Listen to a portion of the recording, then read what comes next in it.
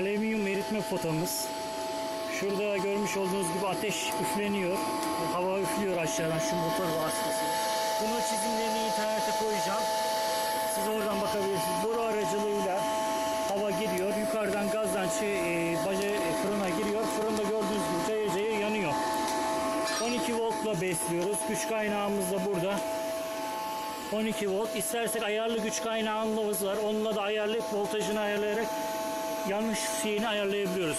Ne kadar yanıp yanmayacağını.